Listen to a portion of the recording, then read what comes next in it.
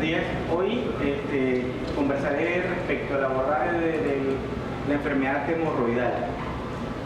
Sin embargo, pues para poder conocer la enfermedad hemorroidal es algo tan común, tanto así que todas la tenemos, todos nacemos con ella. A todos se nos inflama en algún momento de nuestra vida en un porcentaje aproximado de 85%. Y esta razón es que es importante conocer e identificarla en múltiples estadios. Es bastante complicado. Vamos a esperar que pase el tiempo.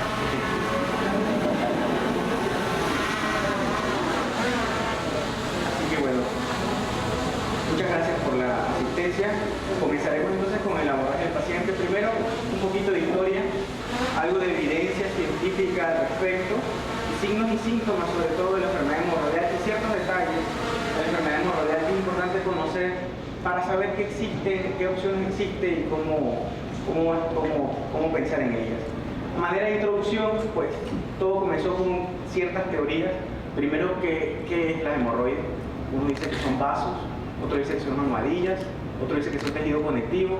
Lo cierto es que hay una teoría que se llama la teoría de Thomson, en donde describe las almohadillas hemorroidales como pequeñas almohadillas vasculares con alimentación arterial y venosa, con un recubrimiento de endotelio y que también tiene un recubrimiento de fibras longitudinales del músculo que vienen desde el recto.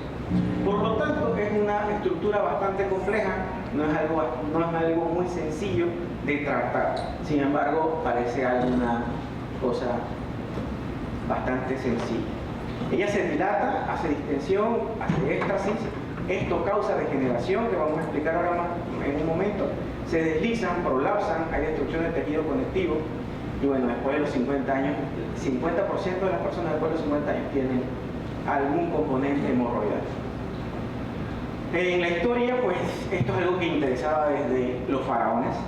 Existía una personalidad que era el guardián del ano. Este guardián del ano del faraón era la persona que le miraba el ano al faraón cada cierto tiempo para valorar que existía o no alguna alteración. De aquí, pues, el primero en ponerle nombre como hemorroide fue Hipócrates, 400 a.C. De aquí, pues, muchas otras personas han tratado de estudiarla, como Celso, que habló de que hay que ligarlas o hay que hacer algo con ellas porque sangran y molestan. Abucalcis, que introdujo las cauterizaciones. San Fiacre, que es el patrón de la hemorroide. Este santo es un santo que después de un sacrilegio, su condena fue esperar su castigo sentado en una piedra. Y la piedra adquirió la forma de la hemorroide del santo. Y de esta manera, pues este es el patrono, 600, en el año 600. Roger de Parma fue el primero que comenzó a hablar del tratamiento quirúrgico de ella. Lo cierto es que toda esta revisión histórica de la antigua era en relación a decir por qué es una estructura tan conocida, tan vista, y que su etiología principalmente está en la dieta. La primera forma de tratamiento de la etiopatogenia de la enfermedad hemorroidal es la dieta, es la fibra, es la hidratación. Aparte de esto, hay una degeneración vascular que se forma, hay una teoría de un deslizamiento, las heceturas, el paciente estreñido, constipado, puja. Esto hace degradación de colágeno tipo 1, tipo 3. La dieta causa criptitis por inflamación. Esta criptitis hace que disminuya el retorno venoso del componente hemorroidal venoso. Esto causa éxtasis, más degeneración vascular. Esto causa fragmentación. Esta fragmentación, estrechamiento del tejido conectivo. Hay metaloproteinasa, se ha estudiado que esto tiene que ver también con factores de crecimiento. El cuerpo trata de reparar este evento, no lo logra, por lo tanto hay regeneración vascular, hay neovascularización, y aquí tenemos esas hemorroides que parecen un brócoli, porque se crecen de forma tal que es exagerado. Dentro de toda la patogenia, pues hubo un estudio histórico en los años 80, en donde se hicieron 70 autopsias, y lo que más se encontró que tenían estos pacientes con enfermedad hemorroidal era la pérdida del sostén vascular. Y recordando el sostén, pues el sostén tiene la teoría del deslizamiento de las heces constipadas que degeneran la matriz del colágeno y que eliminan los elementos de sostén. Dentro de la clínica, pues la clínica la podemos dividir en dos aspectos. Primero, el aspecto del complejo interno y el aspecto del complejo externo. ¿Qué es lo que va a pasar con las hemorroides internas? Pues primero se erosionan, por lo tanto son sangrantes, ellas sangran. Este sangrado, hay aumento de moco, esto va a causar picazón. Muchas veces el paciente llega con que tengo picazón, pero no le veo hemorroides externas. Probablemente tiene un componente interno que está comenzando. Esto causa criptitis y la criptitis causa más inflamación y es un ciclo que si no se corta, pues va a desarrollar una enfermedad hemorroidal grave o va a desarrollar otro tipo de patología no rectal como fístula. Si la criptitis no para, se tapa la glándula sigue generando moco, ella va a buscar por dónde salir, por lo tanto hace una fístula. Primero un absceso. Por lo tanto, es importante reconocerlo para frenar el ciclo. El componente externo, pues lo principal, ellas duelen, están en el anodermo, esta es una zona bastante dolorosa. Por lo tanto, cuando se trombosan, hay una éstasis, se coagula y se queda enclaustrado en esto, disminuye el retorno venoso, hay hipertonía del esfínter, no relaja, la sangre no llega a subir, por lo tanto se trombosa, esto va a doler. Y bueno, lo que el paciente siente es un abultamiento. Muchas veces uno piensa, por ejemplo, tiene un paciente con un abultamiento, dice que se siente algo allí y lo que uno encuentra son colgajos. Estos colgajos muy probablemente son crisis anteriores que se han cicatrizado y han dejado el remanente. Muchas veces estos pacientes bajo esta crisis son asintomáticos. En verdad, el colgajo hemorroidal es algo que se trata sin asintomatología. Pero siempre es importante entonces de esta manera investigar si este componente hemorroidal se extiende hacia el ano. Y esa es la razón por la cual hay que hacer casi siempre abajo de los 45 años un estudio endoscópico tipo rectosigmoidoscopía, o después de los 45 años un estudio endoscópico tipo colonoscopía, porque esto puede explicar la razón de por qué está pasando esto. Aparte de que no todo lo que sangra son hemorroides, eso es importante y ahora les traigo un caso clínico para representarlo. La clasificación de las hemorroides es sencilla, 1, 2, 3 y 4. Tipo 1, solamente sangra, no se ve, no se nada, simplemente causan síntomas, el crecimiento pequeño. Tipo 2, se salen y reducen espontáneamente. Tipo 3, se salen y las tengo que meter con la mano porque no logran reducir completamente. Y las tipo 4 que se salieron, no reducen, no nada, sintomático, etc. El señor que las clasificó es esta clasificación la que Goliger se llama, señor, la clasificación de Goliger. Otro dato importante que les traigo a colación es cómo identificar dos cosas que muchas veces se nos va de las manos la identificación. La primera es qué es un prolapso rectal y qué es un prolapso hemorroidal.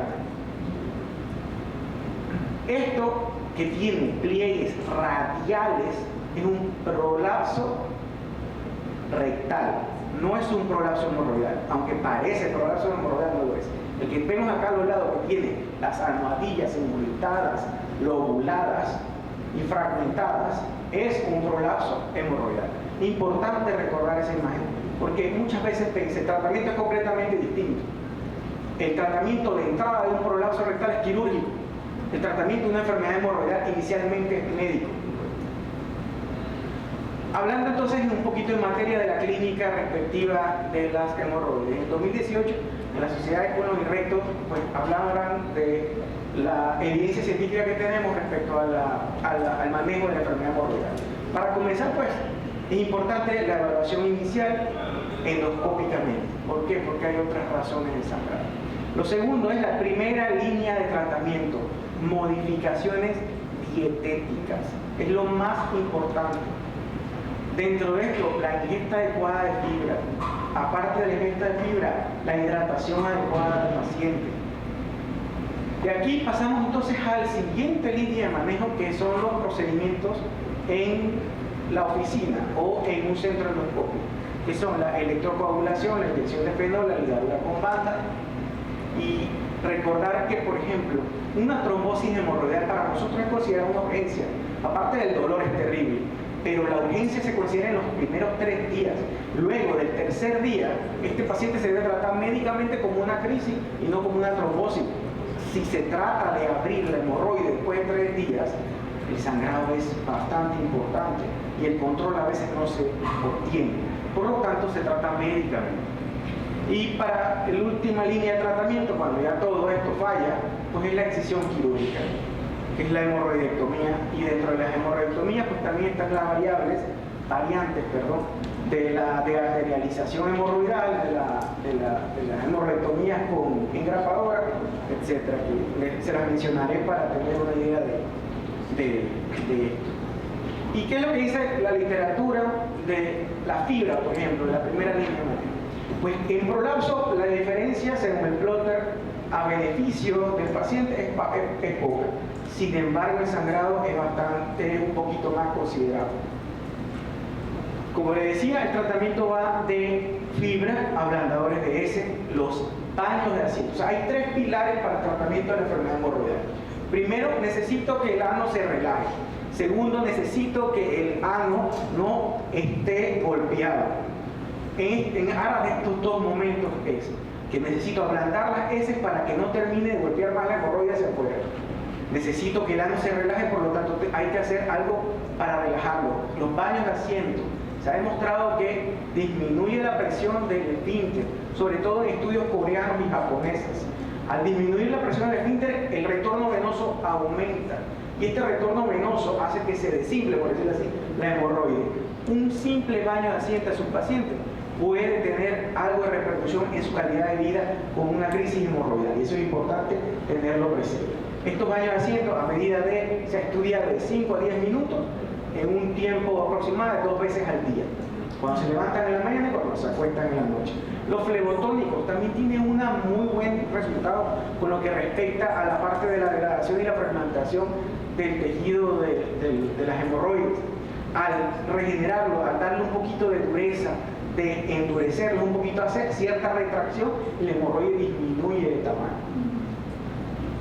Y bueno, lo que respecta a los síntomas, el paciente que viene con mucha sintomatología, picazón, ardor, dolor, pues para eso sirve un periodo corto de tiempo, las cremas, tipo Doxyprop, tipo Procto-Glibenolol, Rectomenadel, este tipo de medicamentos que nos ayudan a controlar los síntomas mientras los medicamentos reales hacen su función.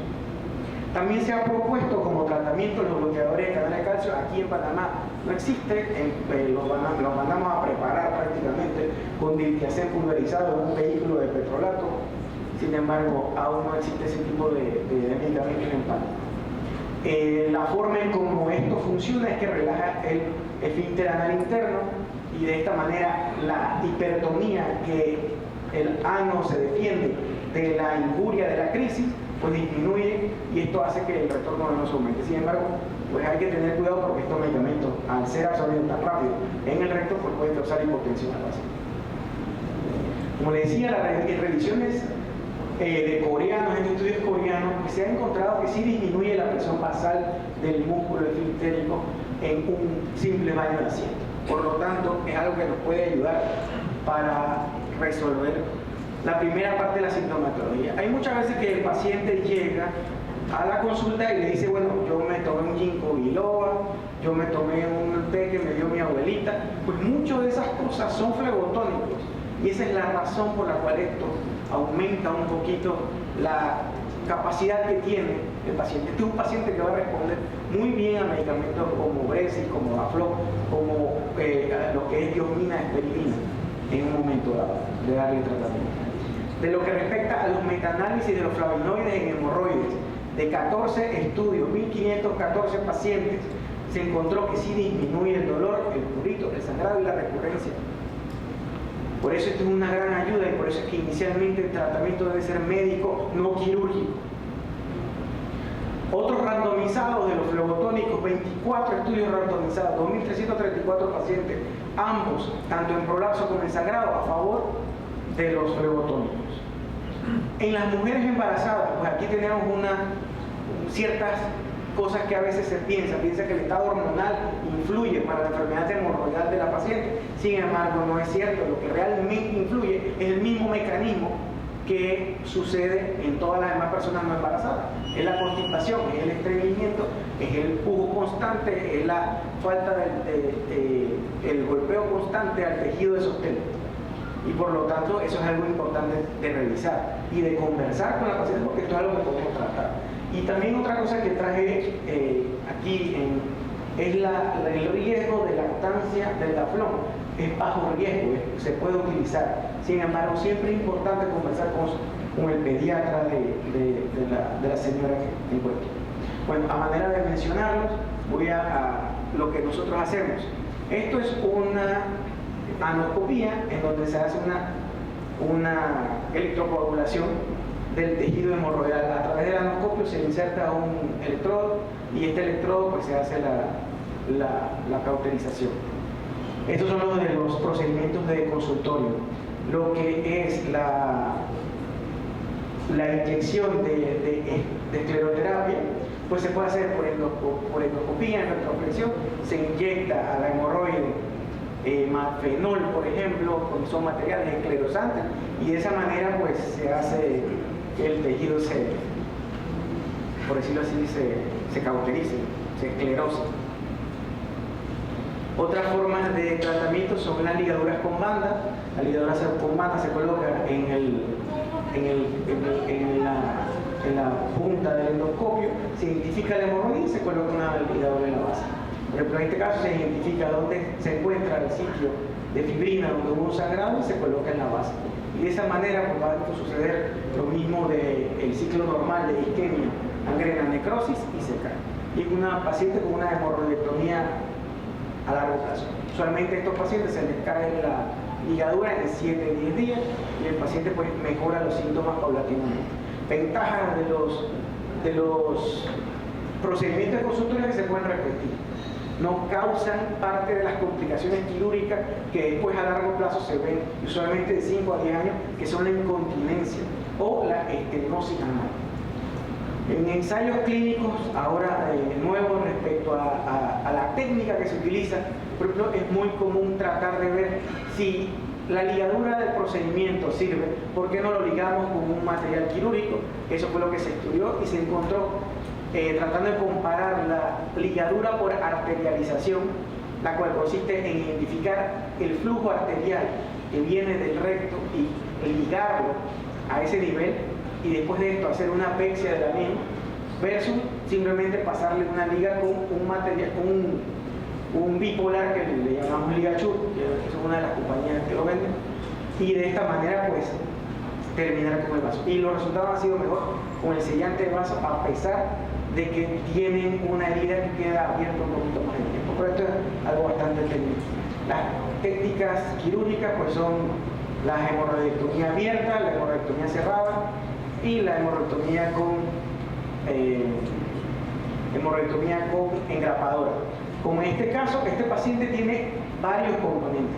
Tiene componente hemorroidal interno y tiene prolapso de mucosa. Son pacientes que tienen muy buena respuesta a hacer un tipo de cirugía que le llamamos hemorroidectomía con engrapadora, con PPH. Nosotros se le hace una jareta, a esta jareta se le hace la colocación del anoscopio. Luego de colocar el anoscopio se identifica dónde está, se coloca la engrapadora y se hace el grapado de la misma y se lleva tanto el tejido prolapsado como el tejido hemorroidal. En este caso clínico, pues lo que queremos ver es cómo comienza una crisis. Aquí tenemos una hemorroide interna hematosa, tenemos también una gangrena de las hemorroides internas. Aquí lo podemos ver, la gangrena de las hemorroides internas. Esto es lo que le llamamos una crisis hemorroidal. Uno pensará, hay que hacer algo con eso. No, es médicamente, hay que hacerlo médicamente. ¿Por qué? Porque si uno hace una hemorroidectomía de esto, el paciente va a terminar con una estenosis anal. Y después resolver una estenosis anal es un gran problema.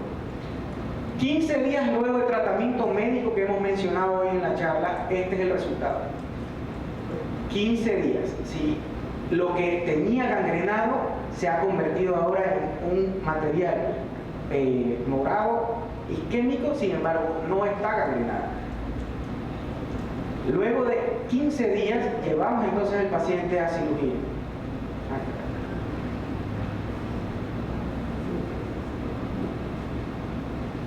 Y luego de la cirugía, este fue el resultado 30 días después. Este es el orden adecuado para la resolución del problema. Aquí el punto es no desesperarse, tratar de hablar con el paciente, hacerle entender que es por su bien que se hacen ciertas cosas. Y bueno, la parte quirúrgica pues es simple. En la endoscopio de Pratt se identifica la hemorroide más grande, que es la que tiene aquí, se hace la ligadura del pedículo, se hace entonces la excisión completa de la misma y simplemente se exhibe. Esa es una técnica combinada con el ligachur, que era el que estábamos conversando, y con la excisión con energía monofónica. ¿Por qué es importante siempre hacer un tacto rectal? Este es un paciente masculino de 49 años de edad, sangrado digestivo bajo. El paciente fue a diferentes centros de salud, aproximadamente 1 año y medio. Tenía enfermedad hemorroidal grado 3. Sí se salían y sí se llevaba las hemorroides hacia adentro, pero nadie hacía el tacto rectal más allá de las hemorroides. Este es un paciente que tuvo 1 año y medio con sangrado y el sangrado fue refractario. No mejoró con tratamiento hemorroidal. Se le hizo una endoscopía y esto fue lo que encontró. Muedocarcinoma de recto. Importante siempre saber que hay que hacer un diagnóstico diferencial completo y no todo lo que sangra en el ano es hemorroide. Y a manera de conclusiones, pues existe una amplia variedad de tratamientos. Hay que tratar de ver cuál es la etiopatogenia del paciente el cual están tratando para comenzar un tratamiento médico adecuado. La mejor manera de dar tratamiento es clasificándolo, sabiendo por dónde está en la clínica de ese paciente. Las medidas higiénico-dietéticas son indispensables, fundamentales, tenerlas presentes siempre. Es importante el conocimiento de la fisiopatología para poder determinar el tratamiento y recordar que no todo lo que sangra en el ano es hemorroide. Muchas gracias.